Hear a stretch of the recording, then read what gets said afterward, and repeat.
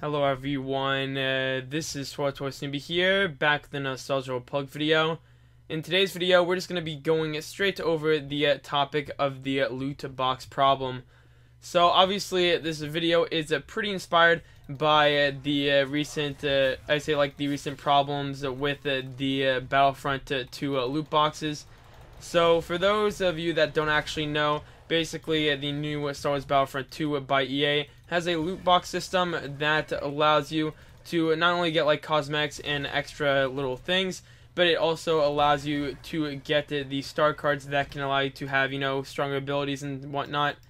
And this is definitely a really big topic currently, at least with gaming right now. And I feel like, I kind of want to, chime in on this.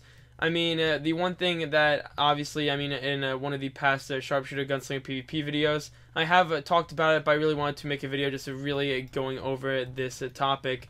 So I hope you guys enjoy this video. As always, if you guys enjoy these videos, then make sure to leave a like. And if you guys want some gaming mints, then check the link in the description down below, Catalyst Gaming Mints. But yeah, I hope you guys enjoy this video, and I'll see you guys in this discussion. Alrighty guys, so let's get into this video right now. So first off, I do want to say that I have played Star Wars Battlefront 2, at least currently around 9 hours at the time of recording this.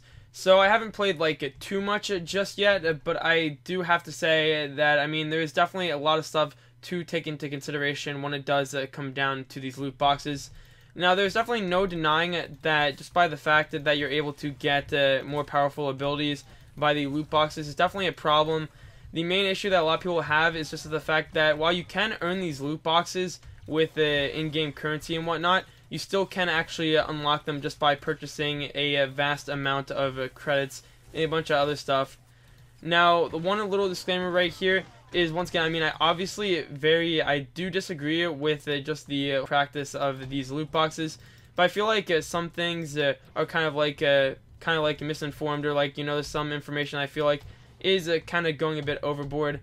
While I do agree that the loot boxes are a problem, I feel like a lot of people are just thinking that the game as a whole is really bad. I have to say that definitely the game isn't really bad. It just is disappointing that these loot boxes do affect a lot of the things. I think also that some people are kind of going a bit overboard, because I feel like while the loot boxes do have these cards that make you a bit more powerful, I still feel like they aren't insane to the point where you're gonna get completely overrun by someone who decided to spend more. Obviously, you're gonna have some issues with that. It's very clear that if someone has a better, star card or anything along the lines of that, they clearly are gonna do more damage and have a slight advantage over you. But I feel like skill can definitely still play a factor in it. That's definitely something to consider. But anyways, just besides all that different stuff right here, we're gonna go back to this problem.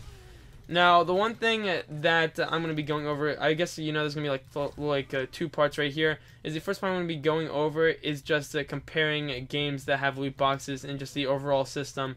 So, for example, obviously we do have Star Wars: The Old Republic right here, which is, of course, with EA. So they do have these loot boxes, but the one thing to note is with these loot boxes right here, you do get items, but they don't really affect your gameplay in the sense that you can't open boxes that give you more OP items. So that is definitely something to, of course, consider right here, is that you can't get ridiculously OP items just by opening all these loot boxes. They just give you cosmetic stuff and stuff along the lines of that. With the new Battlefront, that is not the case, and with a lot of other games, for example Overwatch, it is still purely cosmetic stuff. And that is something to obviously consider. That's just the main difference. That's what's irritating people, and also the fact that they do have these microtransactions. But the thing to, of course, note is you are paying $60 right now for this game, rather than just getting it completely for free just with these loot boxes. Now, I think it's one issue that I feel like is kind of sad just with the state of gaming right now, is just considering that a lot of these games nowadays do have these loot boxes. It is a shame to just see this fact, but it seems like a lot of people have kind of adopted this loot box system and feel like it is a really good, a really good option. Now, I'm not saying people are just going to completely get rid of loot boxes, because it's obvious that companies are going to just continue to actually do this pretty shady practice. But the main thing to note is definitely all the stuff that has happened with the Battlefront 2. It's very clear that companies are now gonna, kind of like look into changing the loot box system. Because let's be honest, Battlefront 2 is just a perfect example of loot boxes completely ruining the game atmosphere, or ruining, a vast amount of it. And clearly, companies are not going to want to have these pay-to-win features because they are going to be afraid of having crazy backlash like this current game has. Now, the second problem is kind of an open-ended question, but it is a big, important question, at least in my opinion. And that is, why did gaming come to this? And a lot of people tend to say the obvious thing is definitely greed. But the main question is why didn't we have, or why did this problem not exist, a couple years back where loot boxes weren't that big of a deal? I mean, we still did have, obviously, like TF2 and CSGO and all that stuff, but the loot box problem wasn't as big as an issue right now. It seems like now more than ever that companies are deciding to implement loot boxes just to try to cash in a quick buck on a game. And I mean, the one thing, like I said, I mean, the obvious thing is clearly greed played a huge factor into it. But I feel like another thing is that companies just wanted to kind of like copy each other in a sense. I think they saw mainly with one of the biggest games that kind of had the loot box system before most of the games, for example, like Team Fortress 2. I think what happened is a lot of the companies saw this and they're like, oh hey, Team Fortress 2 is generating a lot of revenue just by having this loot box system. And they decide, oh hey, why not we decide to do that? They decide to do so, and then clearly now we're in this problem where people think not only should we have loot boxes for just cosmetics, we should also have loot boxes for other things that change the gameplay, or we should just have loot boxes make it so you need to actually pay money for them. And I think the big issue here is that people think that this is okay at practice. And it is quite a shame that gaming has come to this point that we have people, getting incredibly greedy. Obviously, you do need companies, a company needs to make money in order to have a game be successful. And clearly, loot boxes were the price that the players had to play in Battlefront 2, or actually had to pay in Battlefront 2 due to having free DLC. But it still doesn't excuse the fact that we are stuck in this loot box problem, hence the title of the video. That we're stuck in this loot box problem and we really need to kind of like dig ourselves out of it. I think Battlefront 2 definitely a good thing that players are really making noise about this problem.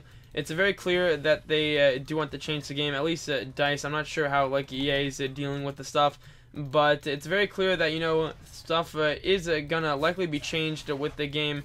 But it really has opened the eyes of a lot of people that didn't really care too much about the problem just with the loot boxes.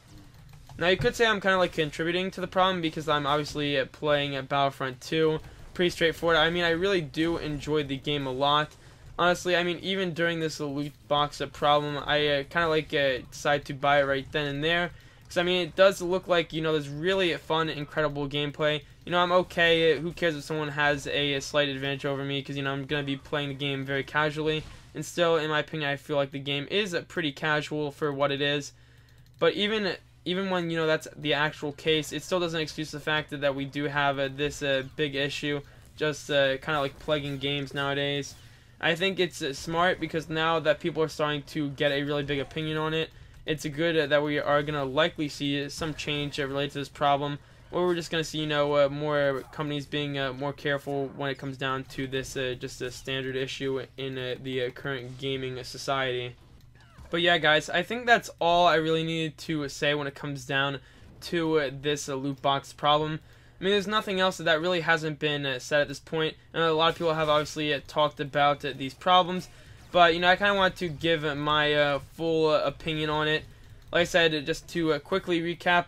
Now, I think that the loot box problem, at least with Star Wars Battlefront 2, it's definitely not like a crazy system in the sense that, it's not going to make you like a god if you decide to spend money on the game.